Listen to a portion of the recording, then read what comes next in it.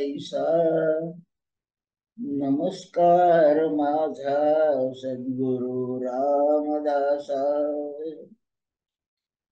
जयांचा जनी जन्मनामार्थ झाला, जयांनी सदा वासनामात केला. जयांच्या मुखी सर्वदा नाम कीर्ती, नमस्कार त्या ब्रह्म चैतन्य मूर्ती. योऽन्तः प्रविश्य मम वाचमिमां प्रसुप्ताम् सञ्जीवयत्यखिलशक्तिधरस्वधाम्ना.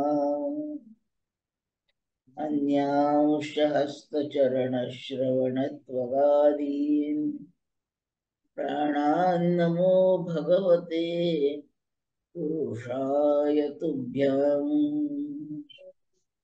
राजाधिराज प्रभु रामचंद्र महाराज की जय. महारुद्र हनुमान की जय. सद्गुरु समर्थ रामदास स्वामी महाराज की जय.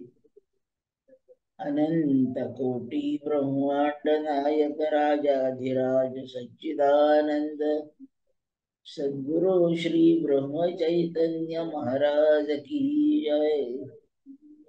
सद्गुरु परम पूज्य श्री श्री राम महाराज की जय. जय जय रघुवीर समर्थ.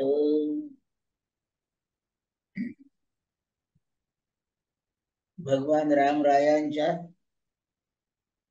आणि सद्गुरु समर्थ श्री श्रीराम महाराजांच्या योजनेप्रमाणे आणि कृपेने आजच्या शुभदिनी सकाळच्या वेळी आपण थोडंफार आपल्या हिताच्या चिंतनाला आज उपस्थित झालो आहोत.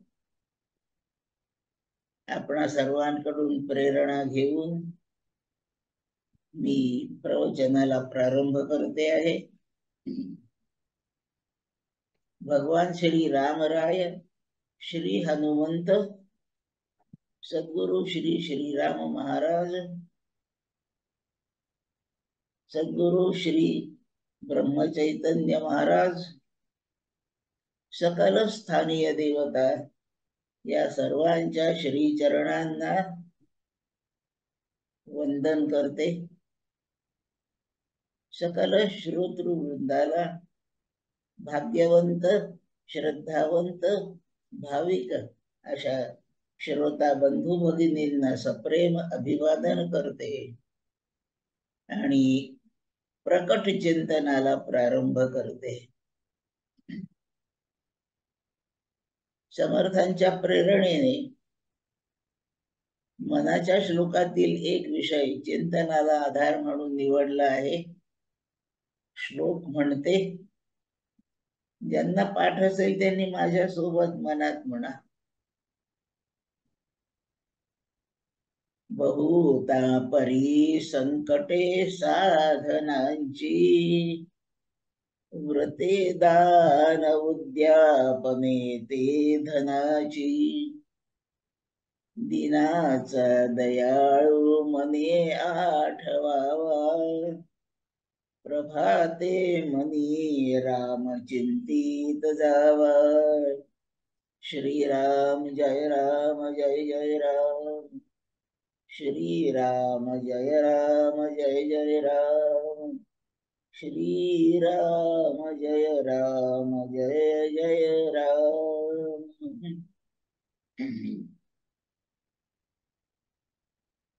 ज्या महाराजांनी जन्मभर राम नाम घेतलं आणि लोकांनाही घेण्याकरता उपदेश केला, त्यावरून आपण ठरवावं.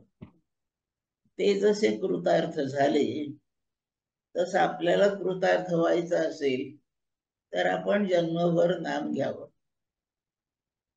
अवघड जात, जन्मभर विषय भोगावे लागतात. कधी जरूर आहे म्हणून, कधी आवड आहे म्हणून, कधी नको वाटतं म्हणून. पण हे विषय भोगल्याशिवाय आपण राहत नाही, करतो, भोगतो. अधिक भोगासाठी आणखीन विषय उत्पन्न करण्याचे प्रयत्न करतो, आणि असं आयुष्य आपलं चाललं आहे. ज्या कोणाला त्याच्या सुकृताचा परिणाम म्हणून जीवनाला दुसरंही काही अंग आहे असं लक्षात आलं, त्यांनी आपल्या सद्गुरुनाथांना, भगवंताला शतशः धन्यवाद द्यावे आणि त्यांच्याविषयी कृतज्ञता बुद्धीने आपलं पुढील आयुष्य आपण सुखरूप राहील अशी आखणी करावी. उपदेश जन्मभर नाम म्हणण्याचा आहे. प्रतिश्वासम सविश्वासम रामम वद दिने दिने. स्वतःच्या जिव्हेला म्हणजे वाणी या इंद्रियाला सज्जनांनी उपदेश केला. प्रत्येक श्वासाबरोबर आणि उच्छ्वासाच्या बरोबर आपण देवाचं नाव म्हणावं. प्रत्येक कशाला 4-2 श्वासावर म्हटलं तर पुरणार नाही का? भरवसा नसतो.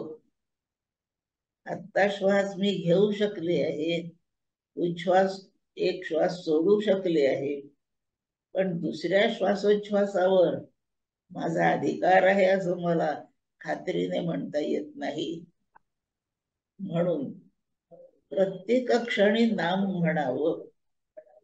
भविष्याचा भरवसा धरून मी काही काळाने तेच करणार आहे असं नाही म्हणून. हातात असलेला क्षण आपला असतो, हातातून गेलेला क्षण आपला नसतो, आणि पुन्हा येणाऱ्या क्षणावरही आपण दावा करू शकत नाही.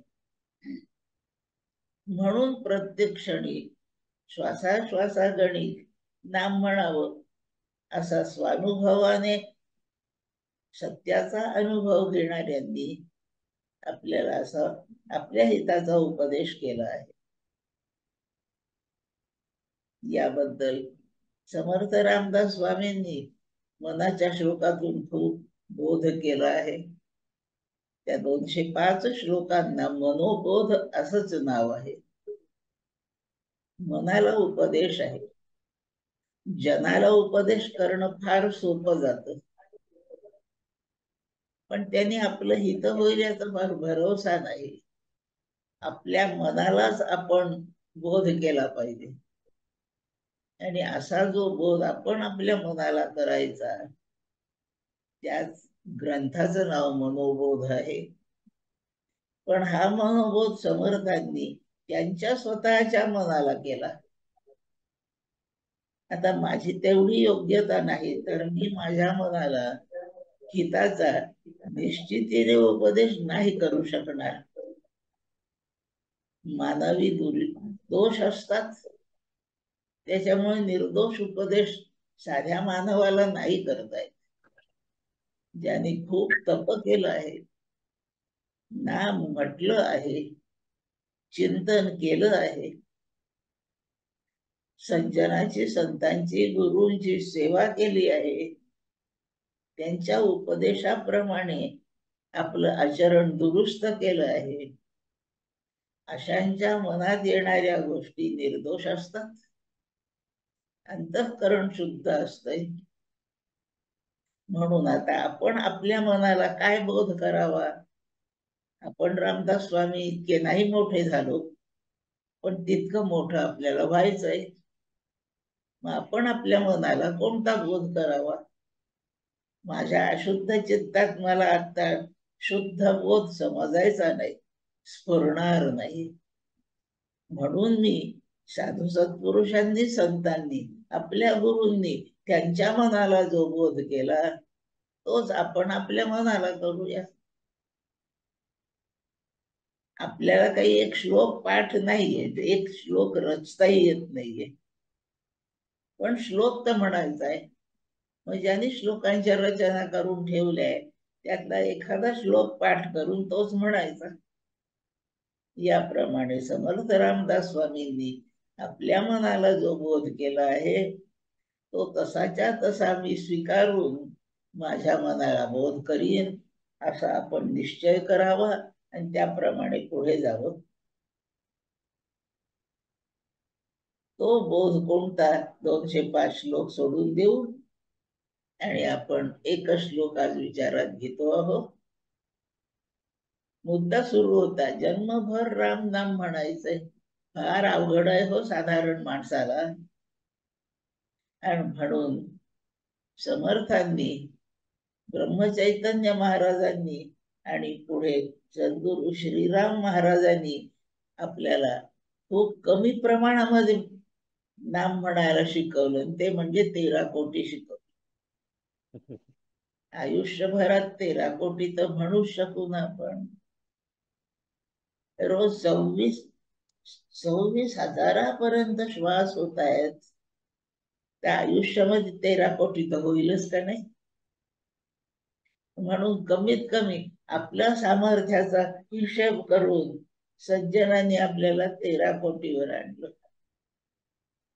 थोडी झाली का 13 कोटी संख्या? त्यांना सांगायला काय लागतंय? आमचे उद्योगधंदे पहा, शाळा कॉलेज पहा, परीक्षा पहा, पोराबाळांचे लग्न पहा, नोकऱ्या धंदे पहा, पैसे मिळवावे लागतात. थोड्या खटपटी आहे का? 13 कोटीला सुद्धा किती वेळ कसा द्यायचा? आणि सत्पुरुष आपले गुरुदेव संत फार दयावंत आहे आणि म्हणून त्यांनी त्याच्यापेक्षाही कमी आपल्याला एक साथ एका बैठकीत 13 तास कर म्हणून सांगितलं. आणि आपल्याच्याने आता 13 तासही नाही होत ना. कसंच करायचं? तुकोबा म्हणतायत, परी माझ्या विठोबाचा दयाळू स्वभाव. नाही का तुला 13 तास बसणं होत? सोडून दे. 13 तर माळा करशील का नाही? असं जरा आता वाटतं, हिंमत येते मला की मी 13 माळा करू शकेल. पण एका बैठकीत 13 माळा करणं हे काही सोपं आहे का? 2-2 मिनिटांनी मांडी बदलावी लागते, 3-3 मिनिटांनी पाणी प्यावं लागतं.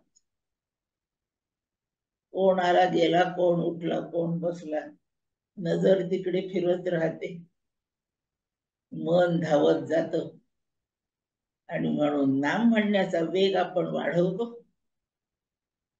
मग 2-2 मणी ओलांडले तरी सांगतात आपल्याला. 13 माळा झाल्या माझ्या.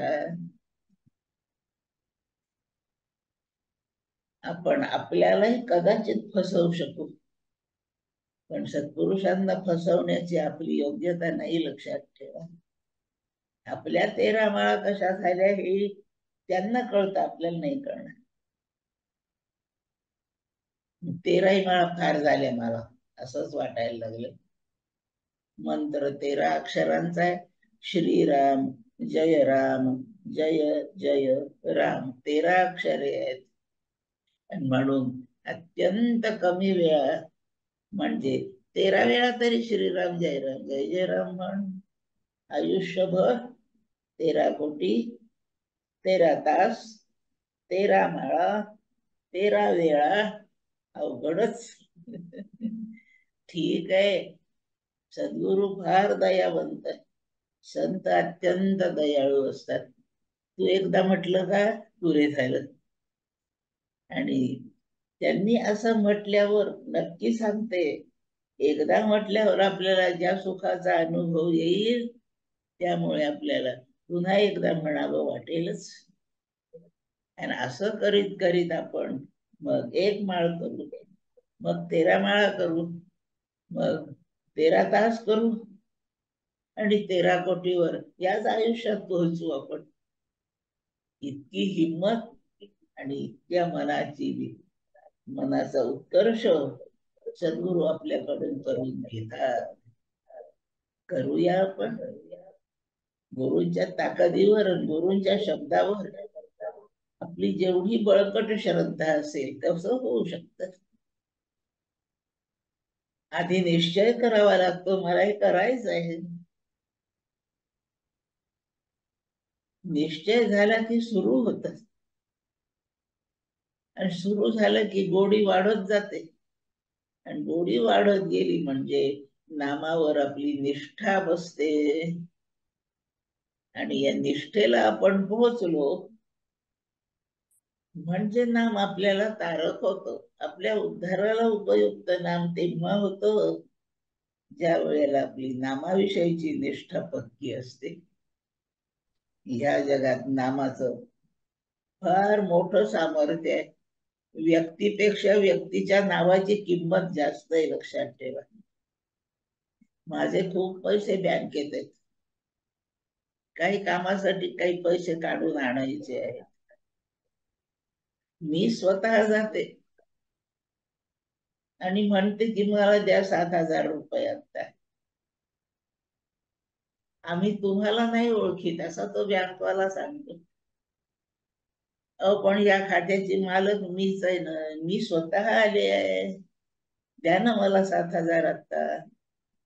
तो नाही, त्याचा माझ्यावर विश्वास नाही, त्याचा माझ्या सहीवर विश्वास आहे, लक्षात ठेवा. तो सही पडताळतो. प्रत्यक्ष मी आहे पण मला विचारित नाही तो, काही माझी किंमत नाही, लक्षात ठेवा. सही म्हणजे नाम, म्हणजे व्यक्तीपेक्षा नामावर भरोसा जास्त आहे, आणि नाम फलदायी आहे. आता माझ्याच इतक्या पामरासारख्या सामान्य माणसाच्याही नामाला जर एवढी किंमत आहे, तर खूप समर्थ असणाऱ्या रामाच्या नावाची किती असेल किंमत, सांगा तुम्ही.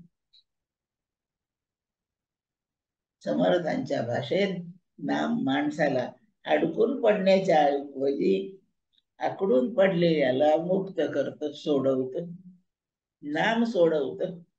मजेशीर गोष्ट एक लहानशी. फार पूर्वी, म्हणजे साधारण 30-40 वर्षाच्या पूर्वी, रस्त्याने सायकलवर जर कोणी जात असेल तर त्यांनी सायकलला एक दिवा लावायचा असायचा रात्रीच्या वेळी. तो दिवा लावून जायचं, ओळखूया व वाहन येत आहे म्हणून दिवा लावायचा सायकलीला. त्या काळातली गोष्ट. एक माणूस निघाला, रात्रीची वेळ, अंधारी रात्र आहे, आणि तो चालला. घाई झाली त्याला, किंवा दिवा नव्हताही असं काही असेल, त्याने दिवा लावला नव्हता, सायकल बिना दिव्याने घेऊन चालला होता. चौकामध्ये ट्रॅफिक पोलीसवाल्यांनी अडवलं, थांबवली, सायकल धरली. तुला माहित आहे ना नियम, दिवा पाहिजे सायकलीला. माहित आहे साहेब, मला दिवा लावावा लागतो हे अगदी माहित आहे. घाई झाली म्हणून घाईत निघालो तर दिवा घ्यायचा राहिला. आज पहिल्यांदाच असं घडलंय. आजच्या दिवस मला सोडून द्या. असं कसं सोडून द्या, तुला तिथे कोतवालीत घेऊन जातो. नको ना साहेब, मी कामाला निघालो, मला फार उशीर झाला तर काम बिघडल माझं, मला आजच्या दिवस सोडून द्या. बिलकुल नाही सोडणार. नाही तर तू पायी पायी जा, तुला घाई येतं, सायकलीलाच कोतवालीत नेतो. तो पुन्हा गयावया करतो, प्रार्थना करतो. थोडी कीवाली त्या पोलीसवाल्याला, ठीक आहे, तुझं नाव काय आहे सांग. शिपायाने खिशातून डायरी काढली, पेन काढलं, तो नाव सांगतोय, आता लिहून घ्यायचं, आणि या नावाचा तू पुन्हा तू सापडला तर तुला कोंडून ठेवण्यात येईल. आता आज तू म्हणतोय म्हणून तुला सोडतोय, नाही तर आजही तुला अडकवायचाच आहे. नको ना, सांग नाव काय आहे. त्यांनी स्वतःचं नाव सांगितलं, व्यंकटमंडलेश्वरम विरूपाक्ष मोक्ष गुंडम चामराजेंद्र चिरुपन्न मल्लाई. त्याला का लिहून? शिपाई म्हणतो पुन्हा एकदा सांग. त्यांनी पुन्हा सांगितलं, स्वतःचं नाव त्यांनी पुन्हा सांगितलं. या शिपायाला पहिलाही शब्द लिहिता येईल, नाही लिहिता आलं. आता मला लिहिता येत नाही म्हणून ते सोडून देतो असं नाही म्हणणं शोभत ना. म्हणून शिपाई म्हणतो, बरं जा, सोडलं तुला आजच्या दिवस. आता त्याला त्याच्या प्रार्थनेने सोडवलं की त्याच्या नावाने सोडवलं सांगा. ते एवढं मोठं लांब नाव पाहिलं, त्यालाच लिहिता येईना, म्हणजे त्या नावानेच त्याची मुक्तता झाली. नसतं नाव सांगितलं तर आता कोणला जात होता. नामाला किंमत आहे, माणसापेक्षा नामाला. आणि हनुमंतानी रामाला असंच म्हटलं, रामा, तुमच्यापेक्षा तुमच्या नामाची किंमत फार जास्त, फार बळ आहे, फार ताकद आहे रामा तुमच्या नावामध्ये. कशावरून? रामेण उद्धारिता अयोध्या, रामेण उद्धारिता अयोध्या, आणि नामैच भुवनत्रयम, नामाने भुवनत्रय उद्धरलं जात. नामेन नामना भुवनत्रय. पुन्हा म्हणते एकदा, रामेण उद्धारिता लंका, नामनाच भुवनत्रयम. राम जेव्हा निजधामाला गेले, हे जन प्रजाजन माझ्यावर खूप प्रेम करताय, यांनाही आपण वैकुंठाला घेऊन जाऊ. आणि रामाने अयोध्येतल्या सगळ्या लोकांना स्वतः सोबत वैकुंठाला नेलंय. आता राम निघून गेले, उरलेल्यांना वैकुंठात कोण नेल आता सांगा बर. हनुमंत म्हणतात, रामा, तुम्ही जाताना जेवढे होते तेवढ्यांना नेलं, बाकीच्या आमच्यासारख्यांची काय व्यवस्था? तर हे हजारो नाही, लाखो पुढे येणारी सगळी प्रजा धरून नेण्याचं काम, सगळ्यांना वैकुंठात घेऊन जाण्याचं काम तुमचं नाव करतंय रामा. म्हणून माझ्या मते रामा, तुमच्यापेक्षा तुमचं नाम जास्त महत्वाचं आहे, त्याच्यात जास्त ताकद आहे. ज्ञानेश्वरीमध्ये ज्ञानोबा आपल्याला सांगतायत, कही एखादेने वैकुंठा जावे, ते संपूर्ण पृथ्वीच वैकुंठ केले आघवे.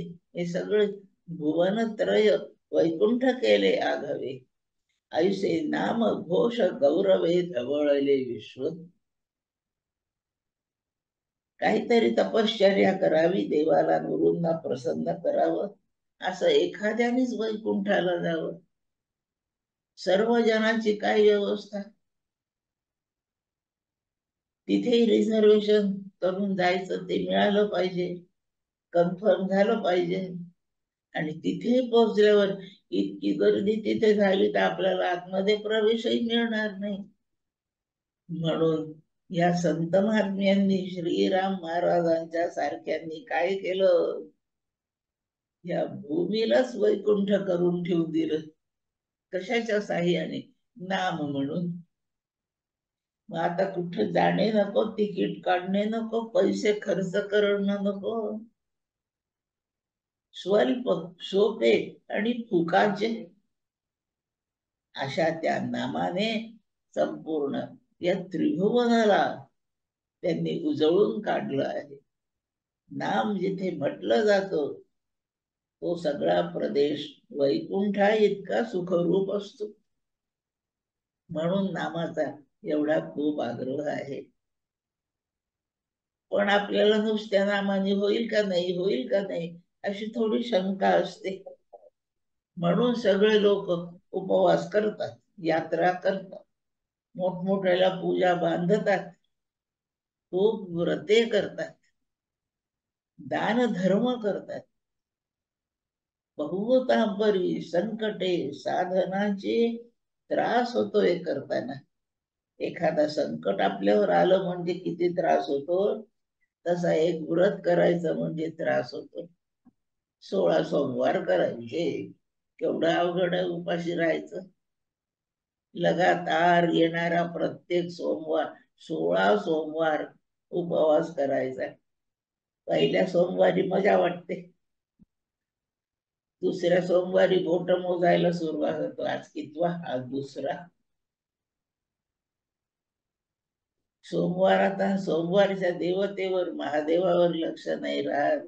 आता किती सोमवार झाले मोजतो, आणि काही नंतर उलट गणती सुरू होते. झाले किती मोजण्यापेक्षा राहिले किती मोजून संकट वाटत.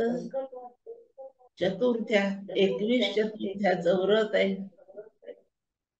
21 मोदकांचा नैवेद्य, 20 मोदकात गूळ खोबरं भरायचं आणि एका मोदकात मीठ भरायचं. आणि त्या दिवशी उपास सोडताना फक्त तेवढे 21 मोदकच खायचे. त्यातही माहित नाही कोणत्यात मीठ आहे म्हणून. मिठाचा मोदक लागला की थांबायचं, पुढचे मोदक खायचे नाही. काही काही इतके भाग्यवंत असतात की पहिलाच मोदक मिठाचा आहे. कठीण आहे व्रत. दान, दान द्यायचं. एखाद्या 2 जणाला एखाद्या दिवशी दान देणं सोपं आहे हो. दान देण्याचं काम महारथी कर्ण करू जाणे लक्षात ठेवा. आपल्याने फक्त कर्णाचं वर्णन करणे शक्य आहे, पण दान करणे नाही शक्य. माझ्या पाकिटामध्ये 10 रुपये, कोणीतरी पैसे मागायला आला, मी 10च्या 10 कधी देत नाही. हे माझं वर्णन आहे. 50 पैशाचं नाणं काढून तेवढंच देतो. तो म्हणतो चहा पुरतं द्या ताई. मी फार उदार होते, 1 रुपया त्याला नाही देऊ. आपलं सांभाळून आपलं औदार्य काम करत, याला दाता नाही म्हणत. फार कमी लोकांचे आडनाव दाते किंवा दातार आहेत. बाकीच्यांचे आडनाव साठे आहेत, लक्षात ठेवा. स्वतःच साठवूनच ठेवतात, देत नाही. आणि श्रीराम महाराज आपल्याला सांगतायत, सगळ्यांनी आपापले नाव ऍफिडेव्हिट करून दातार किंवा दाते करून घ्यावं. आणि साठे असेल तर ते अगदी बदलावून टाकावं. दान धर्म व्रते दान बहुता परी संकटे साधनांची खूप साधने करतो. प्राणायाम करत बसतो, यात्रा करीत बसतो. पायी यात्रेचं फार महत्व आहे. बद्रीनाथाला पायी पायी जातो, अयोध्येला पायी पायी जातो, पंढरपुराला पायी जातो. सोपं नाही, सगळ्यांना नाही जमणार. आणि जे जातात, आपण त्यांच्या हिमतीचं स्तुतिगान करावं, अभिनंदन करावं त्यांचं. पण मी आलो यात्रा करून असं सांगण्यासाठी तो यात्रा करतो. म्हणजे त्याला यात्रा केल्याचं जेवढं पुण्य आहे, त्यापेक्षा त्याला होणारा अहंकार जास्त घातक होतो. म्हणून अहंकार होणे हे संकटच आहे. व्रते दान, आणि मग काही व्रत केलं की उद्यापन करावं लागतं. मग 16 सोमवारचं व्रत केलं, एखाद्या छानसा सोमवारचा दिवस पाहायचा. 16 मेवणं म्हणजे 32 माणसं जेव घालायचे, ठराविक पदार्थ करायचे. आणि तुम्ही एवढं व्रत केलं, मी 16 मेवण्यामध्ये नाही, पण प्रसादाला तर येऊ शकते की मला तुम्ही बोलावलंच पाहिजे. मग आणखीन 50 माणसं. काय उत्सव आहे तुमच्याकडे, एवढी गडबड झाली. 16 सोमवारच्या व्रताचं उद्यापन आहे. मला सुद्धा महादेवाचा प्रसाद घ्यायला खूप आवडतं. की त्याला बोलवालच का नाही. गल्लीत अगदी शेजारी राहतो, त्याला तर सांगणं भाग आहे. त्याच्याकडे 2 पाहुणे आले, त्यांनाही आणणं भाग आहे. मग ते आमच्या खूप ओळखीचे दूर राहतात, त्यांना कसं टाळता येतं? ते दान उद्यापने ते धनाची. मग काही दुसरं करायचं होतं. आता पुढच्या महिन्यात तर 6 महिन्यांनी करू. उद्यापनात फार पैसा गेला. हे सगळं संकट इतकं वाईट आहे. आणि ते करण्याची हौसही फार असते, काही केलं असं वाटतं. फार उपद्व्याप खटपटी गेल्या की मी काही केलंय असं वाटतं. नाही, एवढ्या कष्टात जाऊ नका. करता आले तर कारण हे निषेध करणं नाही चाललं. त्याच्यामध्ये काय दोष आहे, त्रास आहे, याचं वर्णन समर्थ सांगताय. एखाद्याने केलं तर कोण नको थोडी म्हणणं चाललंय, पण ते करायचा उपदेश नाहीये. केल्याने होऊ शकेल, अधिकाधिक चांगलं होईल. मग काय करावं आता याच्यापेक्षा वेगळं? हे जर एवढं त्रासदायक आहे, योग या गविधी येणे न हे सिद्धी, वायाची उपाधी दंभधर्म. यज्ञ केला, नवचंडी केला, शतचंडी केला. आता झाला एकदा नवचंडी, एकदा शतचंडी केला. आता इच्छा राहिली काय करायची? आता सहस्रचंडीच करायचं. मग दशसहस्र का नाही करायचं? आणि त्यामध्ये प्रमाणामध्ये दान धर्म हे सगळं हे आपल्याला अहंकारच करून देतात. म्हणून प्रत्यक्ष पुण्यामध्ये खूप घट होऊन जाते. काही काही कॉम्पिटेटिव्ह परीक्षा असतात, 100 प्रश्न असतात, 1 तास वेळ आहे. आणि त्याच्यात खूप मजा आहे, मला ती खूपच आवडते. 100 प्रश्नांचे उत्तर लिहायचे. प्रत्येक प्रश्नाच्या उत्तराला एकच गुण आहे, जेवढे बरोबर आले तेवढ्याला मिळतील. 72 उत्तर बरोबर आले तर 72 गुण मिळालेच नक्की. पण 5 उत्तर जर चुकले तर 5 उत्तराचा एक एक गुण कटतो. 72तून 5 गेले म्हणजे 72 उत्तरे बरोबर येऊनही पूर्ण फळ पदरी पडत नाही. असं व्रते दाने केली, धर्म केले, परोपकार केले, हे सगळं केल्याचं भरीव पुण्य आहे. पण अहंकार झाला की निगेटिव्ह मार्किंगला सुरुवात होती. हे लक्षात ठेवावं.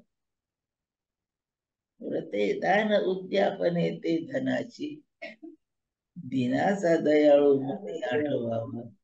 म्हणून जो आपल्याला निगेटिव्ह मार्किंग कडे नेणार नाही, आपले दोष मानून घेईल, आपल्याला प्रेमाने 2 सूचना करील की उद्या असं नको करू तू, असा दिनाचा दयाळू. असा कोण आहे दिनाचा दयाळू? एक तर राम आहे, नाहीतर रामाचा दास आहे बस. जगात दिनाचे दयाळू दोनच, एक प्रत्यक्ष रामच आणि नाही तर रामाचा दास. रामाचे दास जेवढे संत हे रामाचे दास होते. या सर्व रामाच्या दासांना आता राम आपल्याला भेटणं जरा दुरापास्तच आहे. त्रेतायुगात होते व राम दिसत होते चालत्या फिरता. युग संपून गेलं, राम अवतार संपून गेला. अवताराला समाप्ती आहे पण रामाला समाप्ती नाही. राम हा अवतार दशरथाच्या पोटी जो जन्मला तो अवतार आहे. दशरथाने आपल्या पोराचं नाव राम ठेवलं. दशरथाला कुठून सुचलं हे नाव ठेवायला? तुमच्या पोराचं नाव राम आहे म्हणून ते पाहून मी माझ्या पोराचं नाव राम ठेवते. दशरथाने कोणाचं नाव पाहिलं आपल्या पोराचं राम म्हणायचं? चित्ताला आराम देतो. विश्व निर्माण झाल्याच्या क्षणापासून चित्ताला आल्हाद वाटेल, आराम वाटेल, असं एकच नाव आहे, ते नाव राम आहे. एवढा विचार करून आपल्या पोराचं नाव दशरथाने राम ठेवलंय. राम अवताराच्या पूर्वी राम नाव आहे, आणि राम निजधामाला निघून गेल्यावरही रामाचं नाव आहे. रामाचं त्रेतायुग संपलं, द्वापार आलं तरी रामाचं नाव आहे. द्वापार युग संपलं, कलियुग सुरू झालं तरी रामाचं नाव आहे. नाम नाही संपत, अवतार संपतो. मग जो संपत नाही तो परमात्मा आहे. मग नाम संपत नाही म्हणून नाम परमात्माच. असं छानस रामाचं नाम प्रभाते मनी राम चिंतित जावा. चिंतनाचा प्रारंभ नाम म्हणण्यापासून होतो. चिंतन काय करायचं रामाबद्दल, रामचिंतेत जावा. रामाचं चिंतन करायला समर्थ सांगतात. काय करायचं चिंतन? मग दशरथाला पुत्र होण्याच्या आधी राम जर उद्धार करणार आहे, तर रामाचा अवतार होण्याच्या आधी लोकांचे उद्धार होतच नव्हते का? दशरथाला पोरग होण्याच्या आधी जगात उद्धार होतच नव्हते का? मग उद्धार करणार त्याही वेळी असेल ना कोणीतरी. तो कोण? तो खरा राम. खरा राम म्हणजे ज्याच्या स्वभावाप्रमाणे आपल्या पोराचं नाव राम ठेवलं, ते तत्व आधी आहे. ते तत्व कोण आहे हे समजावून घेण्यासाठी मी राम राम म्हणतोय. याला चिंतन म्हणतात. तो दशरथाचा पुत्र होण्याच्या आधी कुठं होता? जो जग चालवतो म्हणतायत तो राम कसा असेल बरं? मला घर चालवताना रोज 2दा-3दा रडावं लागतं. तो जग चालवतोय तो कसा असेल बरं? केवढा पराक्रमी. तो अवतार घेतो, मग अवतार का संपवतो? केव्हा अवतार घेतो? अवतार नसतो तेव्हा तो कुठे राहतो? प्रत्यक्ष दशरथ पुत्र हा अवतार जेवत खात होता. मग तो नसताना तो काय खात असेल? कोण स्वयंपाक करीत होतं त्याला? अन्न कोण पिकवतो? शेतकरी नाही पिकवीत. शेतकऱ्याला प्रेरणा करतो रामच पिकवतोय. ज्याची प्रेरणा असते, ज्याचा कस वापरला जातोय, त्याला कर्ता म्हणतात.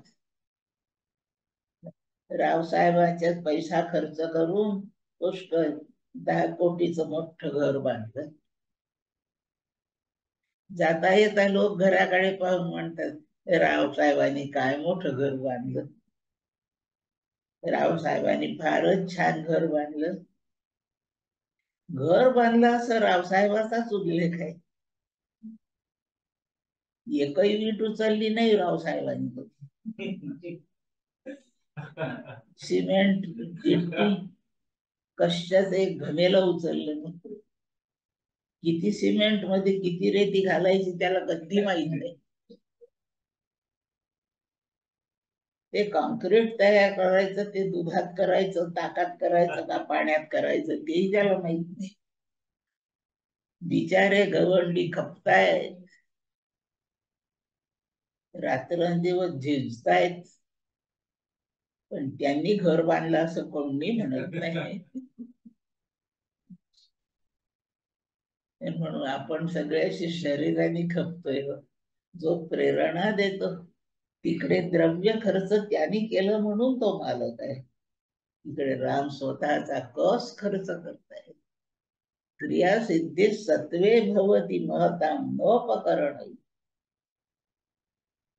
लक्षात ठेवा, नक्की करता रावसाहेबच ठरतो आणि घर त्याच आहे म्हणतात. नक्की करता भगवंतच आहे. आणि सगळ्याचा मालक तोच आहे. मजूर खूप आहेत, आपण सगळे मजूर त्याच्या घरीचे आहोत. आणि मजूर सुद्धा चांगल्या मालकाची खूप स्तुती करतात. आमचा मालक खूपच चांगला आहे, कधी रागवत नाही, शिवीगाळ करीत नाही, कधी टोचून बोलत नाही, आमचा अपमान करीत नाही. 12-1 वाजता त्याची खेप आली की तो पहिल्यांदा विचारतो, बाबा तू जेवलायस का? आमच्या जेवण्याची काळजी करतो असा आमचा मालक तो रावसाहेब फारच चांगला आहे. असं आपण रामाबद्दल बोलत राहतो. एवढं सगळं वैभव त्याच. उष्णामी चौषधी सर्वाः सोमो भूत्वा रसात्मकः अहम वैश्वानरो भूत्वा प्राणिनां देहमाश्रितः प्राणापान समायुक्तः पचाम्यन्नं चतुर्विधम् तपाम्यहमहं विष्णु तपाम्यहमहं वर्षं विसृजामि उत्सृजामि च. हे सगळं मी करतो रे अर्जुन. त्याला विश्वाचा निर्माता म्हणतात तो मी. सूर्य होऊन सगळ्यांच्या जीवनाची व्यवस्था करतो, चंद्र रूपाने वनस्पतींचं पोषण करतो, प्राण्यांच्या उदरामध्ये अग्निरूपाने जाऊन अन्न पचवतो. कोण पचवतो अन्न? अन्न पचवण्याचा अर्थ अन्न शिजवणे असा होतो. शरीरात ते शिजतं, शिजवायला उष्णता लागते. बाहेर शिजवून आपण खातो, याच कारण आहे. गाई, म्हशी, बैल, बकरी हे कच्चच अन्न खातात. झाडपाला कच्चा, धान्य दिलं तरी कच्च, धान्याचे कणस कच्चे. त्यांच्या पोटातला अग्नी फार पॉवरफुल असतो, म्हणून त्यांना कच्चं अन्न पचवण्यापुरती उष्णता शरीरातच मिळते, शिजवायपुरती. माणसाच्या शरीरात उष्णतेचं प्रमाण कमी आहे त्या जनावरांपेक्षा. म्हणून माणूस कच्च खाल्लं तर पोटातल्या उष्णतेने ते अन्न पूर्ण पक्व होणार, शिजणार नाही. म्हणून बाहेरचा अग्नी वापरून आपण बरंच शिजवून ते पोटात घालतो, उरलेलं शिजवण्याचं काम पोटातला अग्नी करतो. पण हल्ली फारच फॅशन झाली कच्च खायचं. जे जे माणसं शिकतात ते ते गुराढोरासारखे होत चालले. शिकलेले माणसं अंगभर वस्त्र घालतात, जे जे शिकले ते ते उघडे उघडे राहायला लागले. गुरढोर नाही कपडे घालीत, उघडे राहतात. म्हणजे आता माणसं ढोरासारखी व्हायला लागले. वस्त्रही नको, शिजवलेलं अन्न कच्च खायचं. मी टीका नाही करीत, पण हे निसर्गाच्या उलट चालणं आहे. निसर्गाच्या उलट चालणं आपल्याला हिताचं नाही, आपण लक्षात ठेवावं.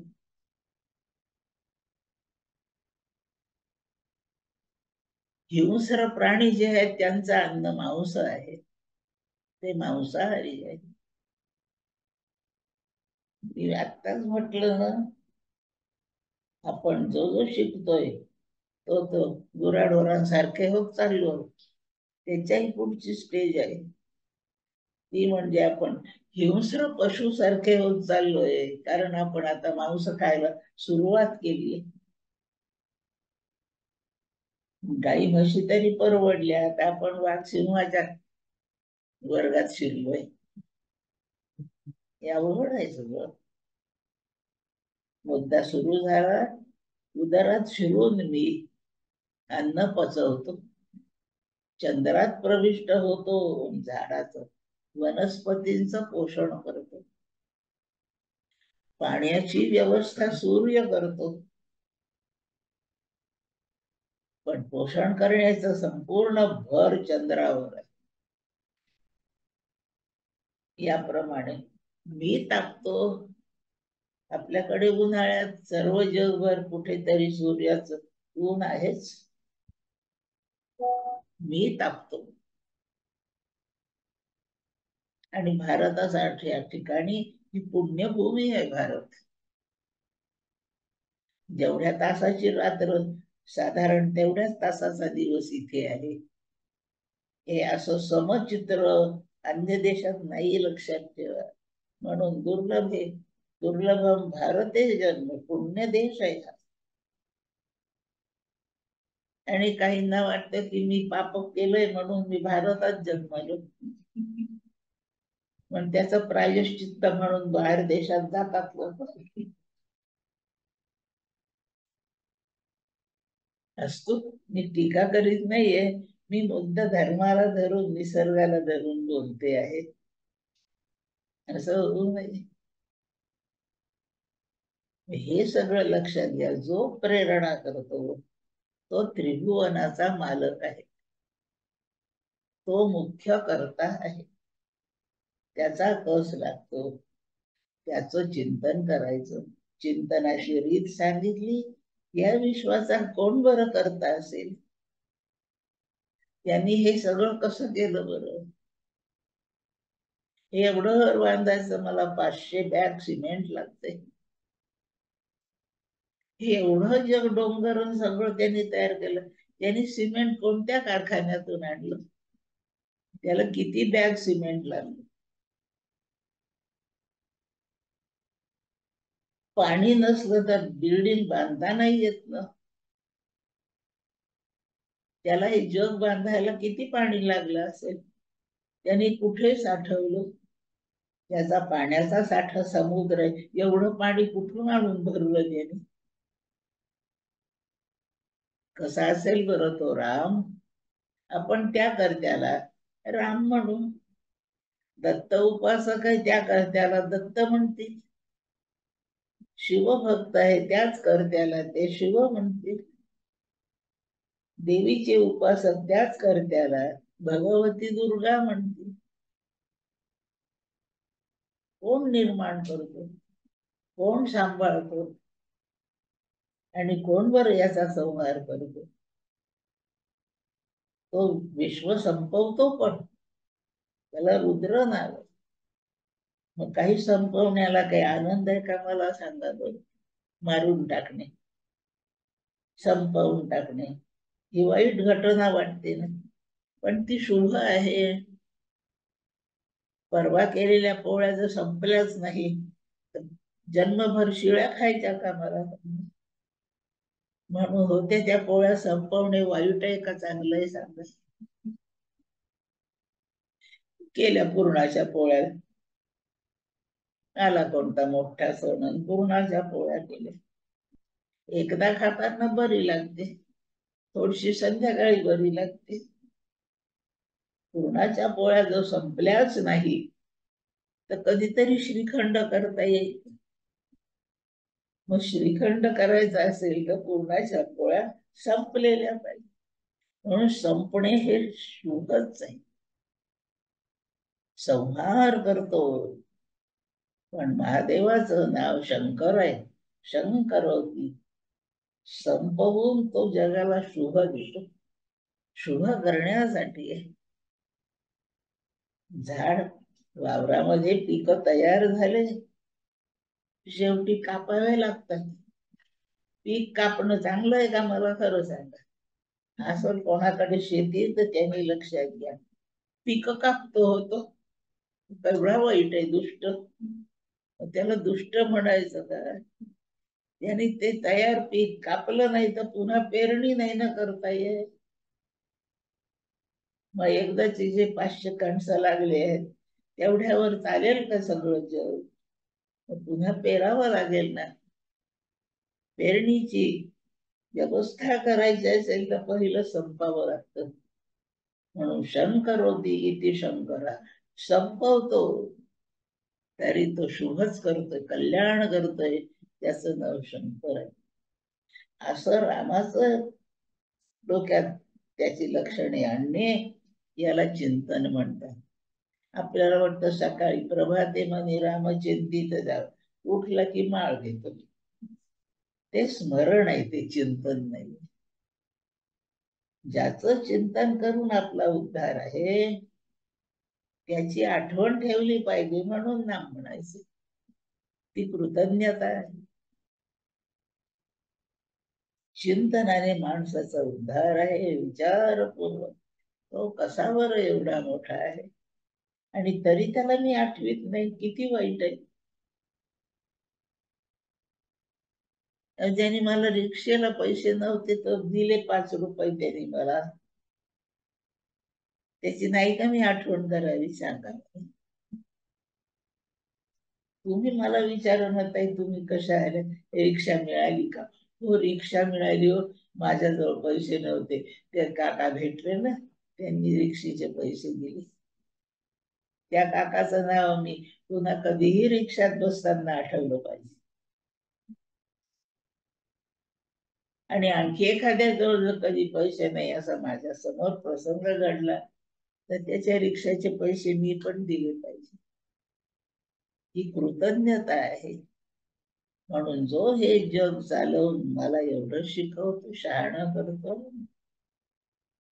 त्याच्याविषयी मी कृतज्ञच असलो पाहिजे. दरवर्षी पाऊस पाडतो, एखाद्या वेळेला मागे पुढे पडला तर केवढं वाईट होतं आपलं. मग तो का नाही नियमाने पाऊस पाडीत, मागे पुढे का करतो? आपली परीक्षा घेतो. काही मागे पुढे झालं की हे मला विसरतात का पाहत होतो. इतकं छान पाऊस पाडला तर कधी आठवत नाही, आणि ह्या वर्षी महिनाभर उशीर झाला तर शिव्या देतो. असं कृतज्ञ होतो का काय? कधी कधी परीक्षा घेतो. कृपाळूपणे अल्पधारिष्ट आहे, सदा सर्वदा राम सन्नेध आहे, पण आपली परीक्षा घेतो. आपलं पोरग कसं रडतंय, लहान पोरग, त्याच्या रडण्याचं कौतुक करायला आई दाराच्या मागे उभी राहते. कसं हाक मारत, कसं रडत ते पाहते. आई दुष्ट नाहीये, कौतुक करते, आपल्या बाळाची परीक्षा करते. असाच भगवंत आहे, कृपाळूपणे अल्पधारिष्ट. त्याचं आता सांगितल्याप्रमाणे आपण विचारपूर्वक लक्षणांचा अभ्यास करणे याला चिंतन म्हणतात. आणि चिंतन करणारा विसरत नाही. जो विसरत नाही तो काय आठवील? न विसरताना आठवायला सगळ्यात सोपं नाम आहे. म्हणून संतांचा आपल्यावर फार उपकार आहे. त्यांनी सोप्यात सोपं आठवण करायला सांगितली. ज्याची आठवण करायची त्याचं चिंतन करायचं, ज्याचं चिंतन केलं त्याला वारंवार आठवायचं, त्याच्याशी आपलं सख्य करूनच अखंड राहायचं आहे. प्रभातेमध्ये आणि सकाळच्याच वेळी करावं, त्यातले त्यात छान. दिवसभर केव्हाही करावं, नाम म्हणायला काही विधी निषेध नाही, सोपं आहे. कोणतंही नाम आठवत राहावं म्हणजे स्मरण करावं. म्हणून दासबोधात नामस्मरण भक्ती आहे. नाम म्हणणे म्हणजे नामच्या स्मरणात राहणे असं सांगितलंय. चिंतनाचा प्रारंभ स्मरणाने होतो, चिंतनाचा परिणाम सद्विचारात होतो, विचाराचा परिणाम परमात्म्याची आपल्याला ओळख व्हायला मदत मिळते. ओळख झाली म्हणजे माणूस त्याच्याजवळ राहतो. त्याच्याजवळ राहता राहता त्याच्यासारखी लक्षणे आपल्या अंगी येतात आणि होता होता आपण परमात्मरूप होतो. याची सुरुवात कुठून करायची? ती नामापासून करायची. म्हणून श्रीराम महाराजांनी आपल्याला उपदेश देताना तुम्ही राम राम अखंड म्हणा. एक दिवस तो राम इतका तुम्हाला प्रसन्न राहील की तुम्ही त्याच्या चिंतात त्याला समजावून घेण्याच्या पात्रतेत जाल. आणि रामाला समजावून घेतलं की काय कळेल? आपण रामाचं हे कळेल. तिथे पूर्णविराम मिळतो आपल्या प्रगतीला. किती शक्ती आहे नामात. आणि प्रारंभीचं साधन हेच आहे, आणि सवय लागली की आयुष्यभर तेच आहे. किती सामर्थ्य आहे. हल्लीच्या काळात सिमेंट कॉन्क्रीटचं घर बांधायचंय, झालं छपराच्या उंचीपर्यंत बांधकाम झालंय. आता एक स्लॅब टाकायची, सिमेंट कॉन्क्रीटचीच ती स्लॅब आहे, ती आता घालायची वेळ आली. मग आणि सिमेंट लावून बांध ती स्लॅब, नाही जमत. त्याला एक सेंटरिंग नावाचं काही कार्यक्रम आहे, ते सेंटरिंग करावं लागतं. स्लॅब पूर्ण सेट होईपर्यंत सेंटरिंग ठेवावं लागतं, नाही तर ती कोसळते. मग सेंटरिंग जर स्लॅब धरून ठेवली आहे, तर आता सेंटरिंग किती उपकार करतंय आपल्यावर. राहू द्या ना, छान आहे, स्लॅब तयार झाली, सेंटरिंग मुळे झाली ना ती तयार. मग आता सेंटरिंग राहू द्या. मग घर कशाला बांधलं? सेंटरिंग जर त्या घरात राहिलं तर मी कुठं जाणार? म्हणून स्लॅबची मजबूती येईपर्यंत सेंटरिंग, त्यानंतर सेंटरिंगला आता दुसरं काही देण्याची ताकद नाही. आता जन्मभर आपल्याला सांभाळण्याचा कार्यक्रम स्लॅब करीत राहणार. तसं चिंतनाची ताकद प्राप्त होईपर्यंत नाम, नाम हे चिंतनाचं सेंटरिंग आहे. सेंटरिंग शिवाय स्लॅब नाही, आणि कायम स्वरूपी सेंटरिंग ठेवल्याने राहायची सोय नाही. प्रारंभ नामानेच, त्याच्याशिवाय चिंतन येतच नाही. केवढा विचार संतांनी केलाय लक्षात ठेवा. संतांनी पाहिलं, आत्ताशी पहिलीत आलेला आहे, याची स्लॅब ग्रॅज्युएशनच्या वेळी आहे, तोपर्यंत सेंटरिंग पाहिजे. नाम म्हणत राहा, सेंटरिंग. आणखी एक दृष्टांत सांगते. भिंतीला तर व्हाईट वॉश करायचं, रंगवायच्या भिंती. लहान पोरं सोरं त्याच्यावर रेघोट्या ओढीतच असतात, तेलाचे डाग पडतातच आहे. रंगपंचमीचे रंग उडून धब्बे पडलेलेच आहे. रंगवायचंय आता, मला निळसर रंग लावायचाय भिंतीत. आणला निळसर रंग, लावला, भेटले, भिंतीचे ते आधीचे डाग गेलेच नाही. ते डाग डोकावून पाहतात माझ्याकडे, तू आम्हाला मिटवणार का? आम्ही दाखवतो कसे मिटायचं ते डाग दिसत राहतात. मग काय करावं लागतं? आधीचे डाग मिटवण्यासाठी असं म्हणतात, त्याला प्रायमर लावावं. आणि प्रायमर लावल्यावर हवा तो रंग मस्त बसतो, एकही डाग डोकावून पाहत नाही. चिंतनासाठी चित्त निर्दोष पाहिजे, लक्षात ठेवा, शुद्ध चित्त. आणि ते शुद्ध चित्त कोणताही सर्फ सारख्या, एरियल सारख्या पावडरी वापरून जात होत नाही काम. कशाने धुवायचं? ते काही धुवू नको, नामाचं प्रायमर लावून दे की चित्त झालं शुद्ध. आणि त्या शुद्ध झालेल्या चित्तात चिंतन आहे, ध्यान, निधिध्यासन आहे, समाधी आहे. हे सगळी पुढची इमारत व्यवस्थित व्हायची असेल, रंगरंगोटी पूर्ण करायची असेल, प्रारंभ नामानेच करायचा. फार वेळपर्यंत चित्ताला शुद्धही करून घेईल, स्थिर करून घेईल. वेदांताच्या भाषेत शुद्ध करील म्हणजे मलदोषही घालवील. कर्माने जात, पण कर्म परिपूर्ण समर्थ नाहीये, तर त्याआधी शुद्धी पूर्ण करून देण्याचं काम नाम करतं. शुद्धी करण्याची सुरुवात कर्माने होते. पूर्णपणे शुद्ध झालं आहे याची व्यवस्था नाम करतो. चलबिचल कमी करून विक्षेप दोष नाम घालवतो.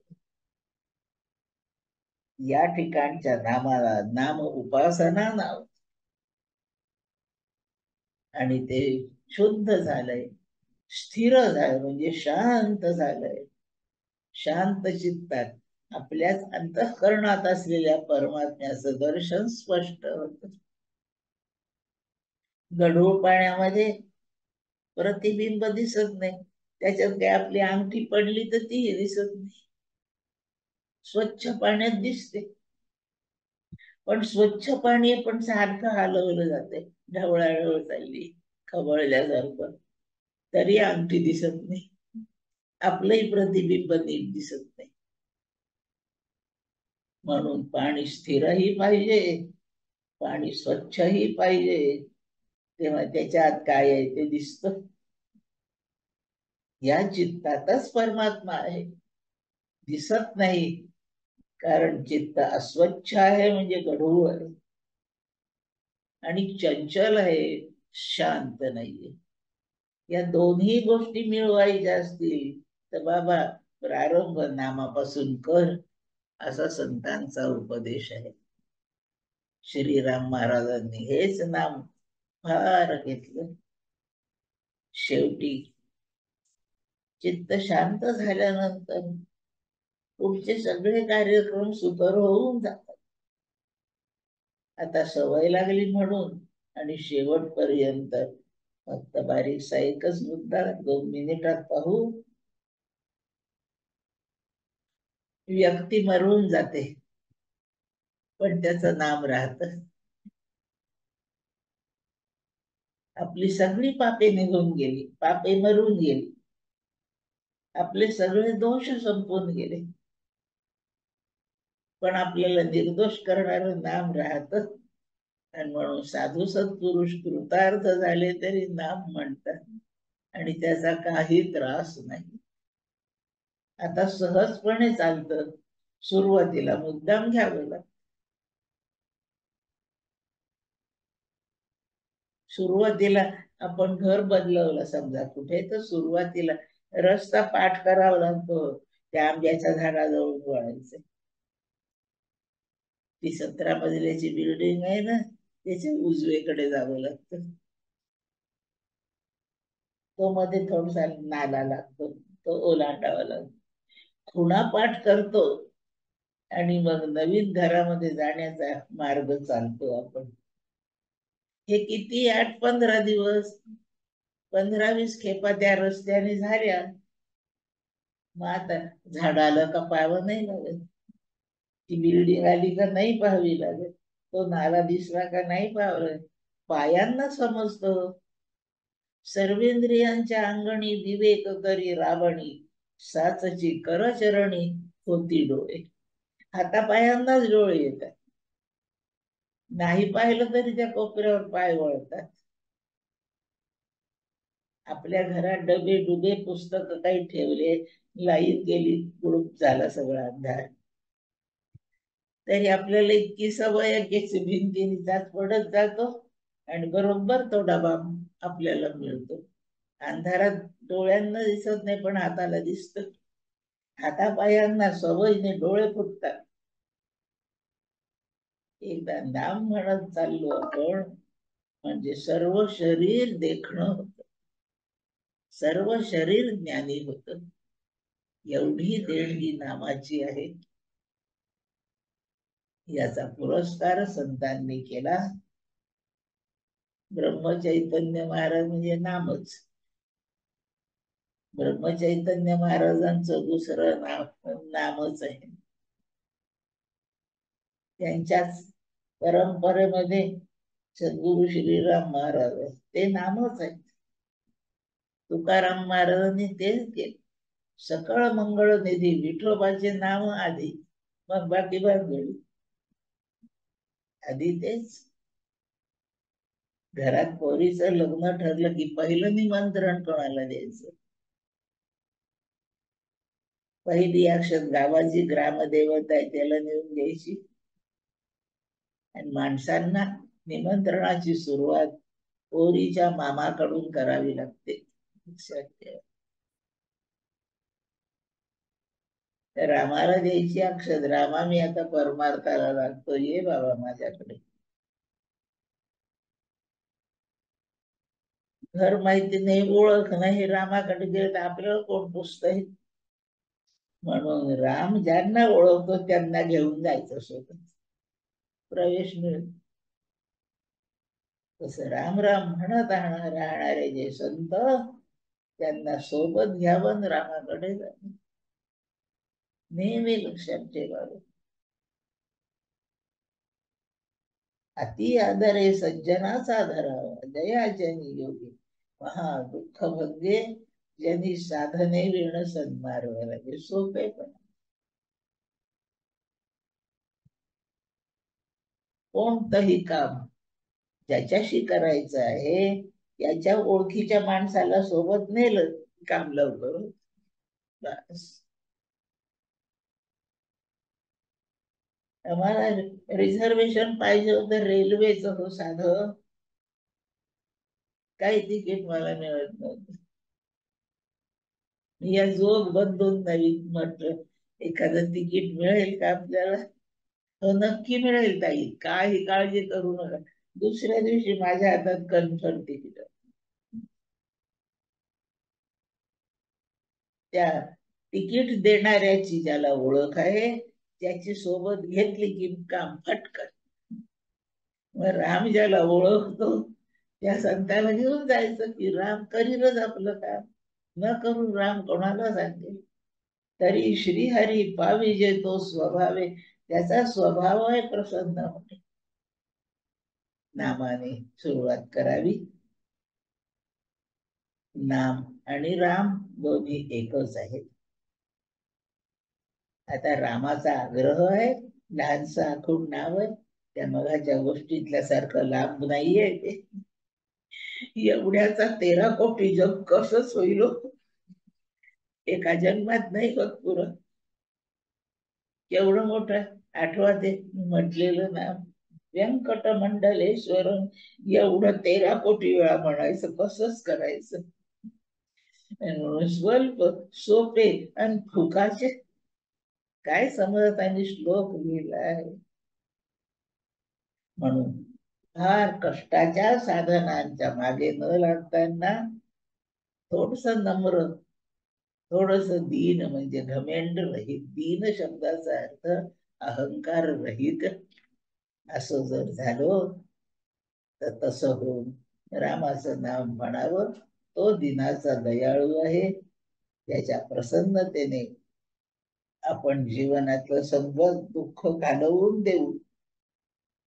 सुखी नाही सुखरूप सोडू, असं हे नाम महात्म्य लक्षात ठेवावं.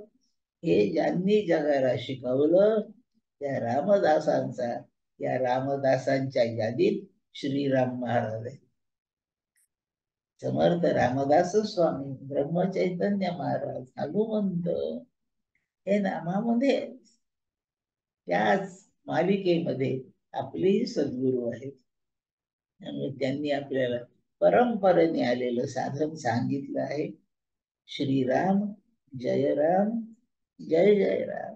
तारक मंत्र, प्रसिद्ध मंत्र, उघड मंत्र, जपायला अटी नाहीत, काही नाही. त्याचा आपण अखंडपणे जप करावा. जप करता करता चिंतनात जावं. सकाळच्या वेळी चिंतन करावं, दिवसभर नाम म्हणत राहावं.